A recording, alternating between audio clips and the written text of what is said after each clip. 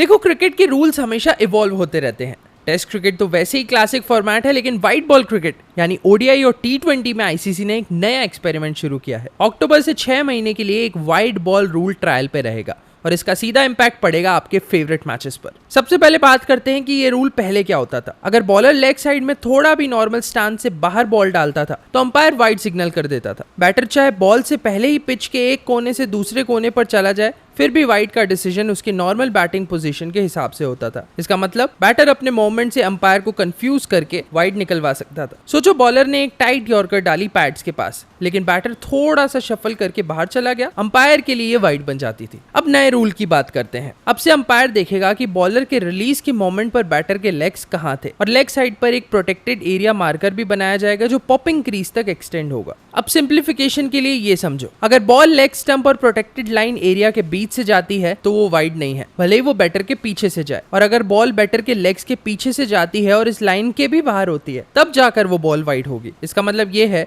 कि अब बॉलर के पास मार्जिन है। अगर बॉल पैड्स के पास से निकलती है तो अंपायर उसे वाइड नहीं बोलेगा। अब थोड़ा इसे विजुअलाइज करने की कोशिश करते हैं। सोचो, टी नटराजन डेथ ओवर्स में बॉलिंग कर रहे हैं। पहले उन्हें डर था कि वाइड यॉर्कर अगर थोड़ी सी और बाहर हो गई तो अंपायर उसे वाइड दे देगा। अब अगर बॉल थोड़ा पैड्स पर आ गई तो स्टिल लीगल डिलीवरी। या फिर सोचो, वरुण चक्रवर्ती ने गुगली डाली, बैटर लेग साइड मूव हुआ, बॉल थोड़ा मिस हुई, पहले वाइड मिलती थी, अब नहीं मिलेगी। वैसे इस रूल का सिमिलर वर्जन टीएनपीएल में यूज हो चुका है। वहां पर क्या हुआ, इसकी बात करते हैं। 2023 में लीग में डाली गई 319 वाइड्स, 2024 में 311 वाइड्स और 2025 में न्यू रूल के बाद बस 275 ही वाइड्स। मतलब वाइड्स गिरी, लेकिन स्कोर्स भी गिरे होंगे। जी नहीं, रन्स एक्चुअली बढ़े। 2023 में 9,570 रन, 2025 में 10,048 रन, यानी लगभग 500 रन का फर्क। और सिक्सेस की बात करें तो 418 से बढ़कर 463, यहाँ पर भी लगभग 50 छक्के ज्यादा। बैटर्स ने अडेप्ट किया, leg glance, flick, fine leg के ऊपर से शॉट्स लगाए और रन्स बटोरे। अभी इस नए रूल के बॉलर्स पर इंपैक्ट के बारे में बात करते हैं।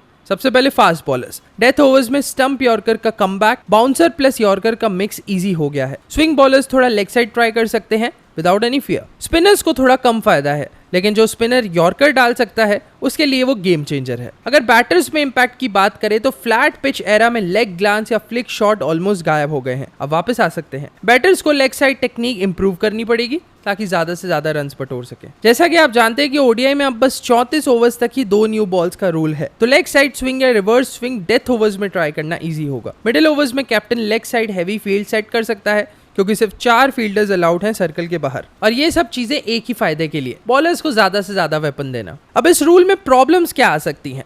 अंपायर के लिए थोड़ी मुश्किलें बढ़ सकती है, क्योंकि उन्हें बैटर की एग्जैक्ट लोकेशन देखनी है, जो कि हर बॉल पर करना थोड़ा मुश्किल होगा। इंटरनेशनल क्रिकेट में वाइड्स के लिए आईपीएल की तरह डीआरएस नहीं है, टीएनपीएल आईपीएल में है। शायद ये चेंज हो सकता है। पेस ऑफ प्ले भी थोड़ा स्लो हो सकता है, जिस रूल को लेकर के आईसीसी थोड़ा परेशान रहती है। अब अगर बात करें लॉन्ग आंसर शॉर्ट, तो मैं खुद एक बैटर होके कहना चाहता हूं कि ये रूल मजेदार है। गेम में अनप्रिडिक्टेबिलिटी आ गई है, बॉलर और बैटर दोनों की स्किल देखनी पड़ेगी। और मुझे लगता है कि कुछ मैचेस अब 1 या 2 लीगल बॉल्स पर डिसाइड हो सकते हैं, जो पहले वाइड हो जाती थी। तो आप इस नए रूल के बारे में क्या सोचते हो? ये रूल गेम को ज्यादा फेयर बनाएगा या सिर्फ बॉलर का जमाना वापस लाएगा? कमेंट्स में बताओ।